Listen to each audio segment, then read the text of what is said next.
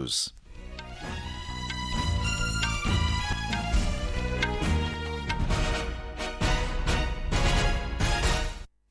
Good morning, I am VC Pramod. The headlines. Prime Minister Narendra Modi to launch projects worth 17,300 crore rupees in Tuticorin, Tamil Nadu today. Prime Minister to also release 16th installment of PM-Kisan scheme from Yavatmal in Maharashtra this evening. BJP wins 8 seats and Samajwadi Party 2 in Rajya Sabha elections in Uttar Pradesh. Government to organize Mera, Pehla vote Desh ke Liye in higher education institutions across the country from today. Centre extends ban on Jamaat-e-Islami, Jammu Kashmir for 5 years.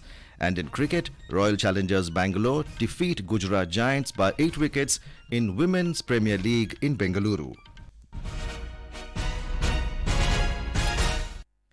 Prime Minister Narendra Modi will launch projects worth 17,300 crore rupees in Tuticorin, Tamil Nadu today.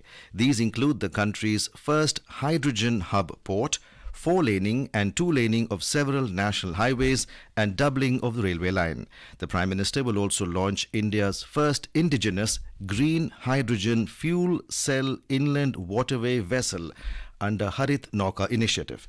The vessel is manufactured by Cochin Shipyard and is a step towards clean energy solutions. The Prime Minister will also address a public gathering at Tirunelveli today before leaving for Maharashtra. More from our correspondent.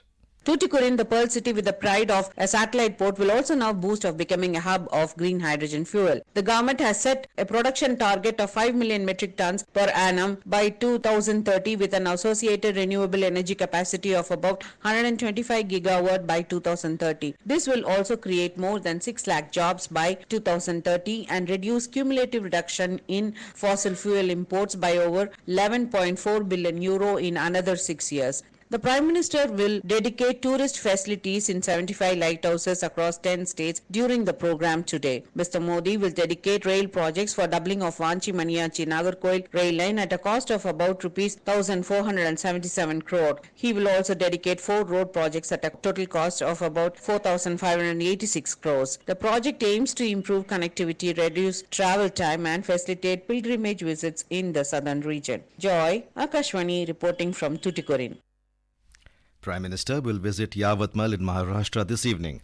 Prime Minister will inaugurate and dedicate to the nation multiple infrastructure projects related to rail, road and irrigation worth over 4,900 crore rupees in the state.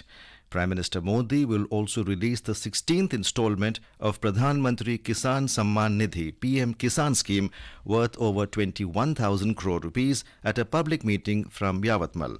Prime Minister will also disburse revolving fund of 825 crore rupees to 5.5 lakh women self-help groups SHGs of Maharashtra at convention of SHGs at Yavatmal.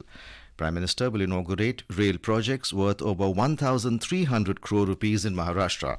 These projects include Wardha-Kalamb broad gauge line and new Ashti-Amalner broad gauge line. The new broad gauge lines will improve connectivity of the Vidarbha and Marathwada regions and give a fillip to development. BJP has won 8 seats and Samajwadi Party 2 in the Rajya Sabha elections in Uttar Pradesh. The BJP pulled off a stunning extra seat in the Rajya Sabha from Uttar Pradesh with some help from Jain Chaudhary's Rashtriya Lok Dal and a handful of Samajwadi Party rebels. The party won 8 of the state's 10 seats. 2 went to Samajwadi Party, which was expecting 3. The 8 BJP candidates who won are former Union Minister RPN Singh, Chaudhary Tejveer Singh, Amarpal Maurya, Sangeeta Balwant, BJP spokesperson Sudhanshu Trivedi, Sadhna Singh, Naveen Jain and Sanjay Seth. Samajwadi Party's Jaya Bachchan and Ramji Lal Suman won. Alok Ranjan, the third candidate fielded by Samajwadi Party, lost to the BJP. The second bonus seat won by the BJP was in Congress-ruled Himachal Pradesh with cross-voting by 6 Congress MLAs. BJP's Harsh Mahajan defeated Abhishek Manu Singhvi of the Congress in the state. Both Harsh Mahajan and AM Singhvi received 34 votes each. In the draw of lots, BJP's Harsh Mahajan emerged victorious. In Karnataka, Congress won 3 seats while the BJP bagged the 4th seat. Congress leaders Ajay Makan, G.C. Chandrasekhar and Syed Nazir Hussain and BJP's Narayan Sa Bandage emerged victorious in yesterday's polls for the upper house. The government will organize Mera, Pehla vote Desh ke Liye in higher educational institutions across the country from today to ensure universal enlightened participation of youth in the elections. The main objective of the initiative is to engage and encourage young voters to come out and vote and to convey the importance of voting for the larger good of the nation. The program will continue till the 6th of March. Union Education Minister Dharmendra Pradhan has urged the youth of the nation to make their voices heard. He highlighted Prime Minister Modi's clarion call to the country's youth and first-time voters to exercise their franchise in large numbers. The Education Minister informed that he had directed all higher educational institutions in the country to conduct comprehensive voter awareness activities at their campuses to galvanize Yuva Shakti. The initiative symbolizes the importance of elections and the pride of voting in the largest democracy in the world. Justice A.M. Khanwilkar will be the new Lokpal of the country. President Draupadi Murmu appointed him along with 6 members. Justice Lingappa Narayana Swamy, Justice Sanjay Yadav and Justice Rituraj Avasthi will be the judicial members of the Lokpal. The other members of the Lokpal are Sushil Chandra, Pankaj Kumar and Ajay Tirki. This is Akashvani giving you the news. For quick news updates round the clock, follow us on Twitter at AIR News Alerts. Centres extended the ban on Jamaat-e-Islami Jammu Kashmir for 5 years. The outfit was first declared as unlawful association on the 28th of February 2019. In a social media post, Union Home Minister Amit Shah said the decision has been taken pursuing Prime Minister Narendra Modi's policy of zero tolerance against terrorism and separatism. He said the organization is found continuing its activities against the security, integrity and sovereignty of the nation. The Home Minister said anyone threatening the security of the nation will have repercussions. The Enforcement Directorate has once again summoned Delhi Chief Minister Arvind Kejriwal in connection with the alleged excise policy scam. The Central Probe Agency has asked him to appear before it on the 4th of March. This is the 8th summons issued to him in the money laundering case. He had previously skipped the 7th summons on Monday, stating he would only appear before the Enforcement Directorate if ordered by the court to do so. The ED recently filed a complaint before a Delhi court against Arvind Kejriwal for repeatedly skipping summons over the past few months. A Delhi court then directed the Chief Minister to appear before the court on the 16th of March. The National Testing Agency (NTA) will conduct the Common University Entrance Test (CUET) PG 2024 from 11th March to 28th March in computer-based mode throughout India and in 24 cities outside India. The National Testing Agency has released the schedule for conducting examinations for 157 subjects. This time, the exam will be held in 3 shifts. The first shift will be conducted from 9 a.m. to 10:45 a.m. The second shift will be held from 12:45 p.m. to 2:30 p.m. and the third shift will be held from 4:30 p.m. to 6:15 p.m. Each shift will be of 105-minute duration. President Draupadi Murmu will be on a 4-day visit to Jharkhand and Odisha from today. The President will grace the 3rd convocation of the Central University of Jharkhand in Ranchi today. On the same day, the President will lay the foundation stone for the Central Government Holiday Home at Rairangpur, Odisha.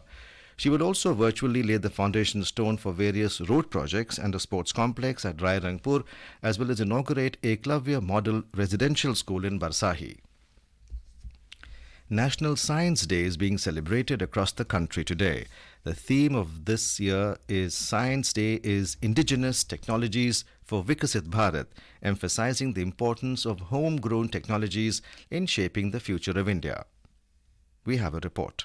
The Department of Science and Technology will organize a function in New Delhi to commemorate the outstanding discovery of Raman's effect by great Indian physicist Sir C.V. Raman. For this discovery, Raman got the highest global award, Nobel Prize, in the year 1930. On the occasion, Science and Technology Minister Dr. Jitendra Singh will inaugurate the exhibition featuring a diverse range of innovative projects selected under the Initiative for Research and Innovation in Science. The role of National Science Day can be gauged through numerous Indian scientific breakthroughs. India has reached from the lab to the moon, from developing indigenous COVID-19 vaccines during the pandemic to successful landing of Chandrayaan-3 on the south pole of the moon. This is Aishwarya with Sudhir from Akashvani News. In some international news, during the ongoing World Trade Organization ministerial conference in Abu Dhabi, India made a strong case for a permanent solution to the public stockholding PSH issue. PSH refers to the practice of governments holding stocks of essential commodities for the purpose of food security. India argued that resolving PSH, a pending case for 11 years, is crucial for achieving food security and improving the livelihood of millions. India emphasized that focusing solely on the trade interests of exporting countries neglects the fundamental needs of developing nations. In Japan, preliminary government data shows that the number of babies born in the country fell for an 8th straight year to a fresh record low in 2023. The number of births fell 5.1% from a year earlier to 758,631. The number of marriages slid 5.9% to 489,281. Japan's top government spokesperson said the government will take unprecedented steps to cope up with the declining birth rate, such as expanding childcare and promoting wage hikes for younger workers. Back home, in the wake of significant improvement in air quality of Delhi NCR region, the Commission for Air Quality Management has revoked the Stage 1 of Graded Response Action Plan GRAP with immediate effect. With this, now all the GRAP stages have been revoked. The average air quality index of Delhi has improved considerably in the last few days to the moderate category, recording less than 200 index value consistently since the 22nd of February. The Indian Met Department IMD has issued orange alert for heavy rainfall and snowfall over Jammu Kashmir, Uttarakhand, Himachal Pradesh and Punjab on the 1st and 2nd of March. According to the Weather Department, an active western disturbance is expected to affect the western Himalayan region from tomorrow and the plains of northwest India from 1st of March to 3rd of March. On to sports. In Women's Premier League cricket, Royal Challengers Bangalore have defeated Gujarat Giants by 8 wickets at the M. Chinnaswamy Stadium in Bengaluru last night. Bangalore surpassed the target of 108 runs, scoring 110 for 2 wickets in 12.3 overs. Earlier put into bat, Gujarat Giants had scored 107 runs for 7 wickets in the stipulated 20 overs. Today, Mumbai Indians women will face UP Warriors at the same venue. And now for a look at today's newspapers, it's over to Tanvi Khurana. Thank you, Pramod. All papers have on their front page the story of BJP winning 8 seats in UP and in Himachal Pradesh. The BJP candidate Harsh Mahajan defeated Congress's Abhishek Manu Singhvi in the RS elections. Huge jolt to Congress. Singhvi loses RS poll amid heavy cross-voting is the lead in the Asian age. BJP snatches RS, wins in UP HP, Himachal CM in trouble, headlines The Times of India. BJP gains in UP Himachal RS polls amid cross-voting, headlines The Hindu. Sukhu government totters after BJP's RS victory, headlines The Tribune. Mostly all papers have on their front page with pictures the story of Prime Minister Modi naming 4 astronauts for the Gaganyaan mission. The 4 elite fighter pilots have been selected to be sent to space as part of India's first human-crewed space flight.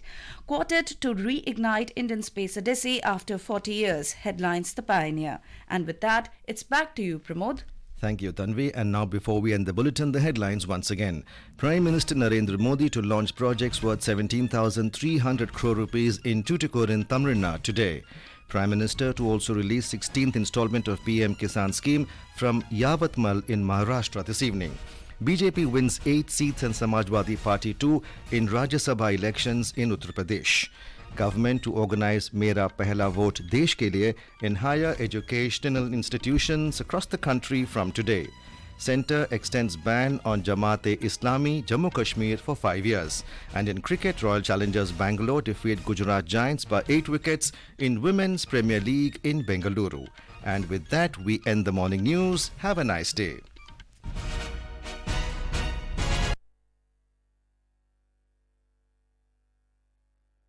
Akashvani से पेश है खबरनामा।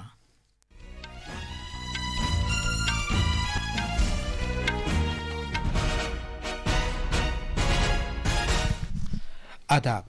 खबरनामे के साथ मैं Aslam bag.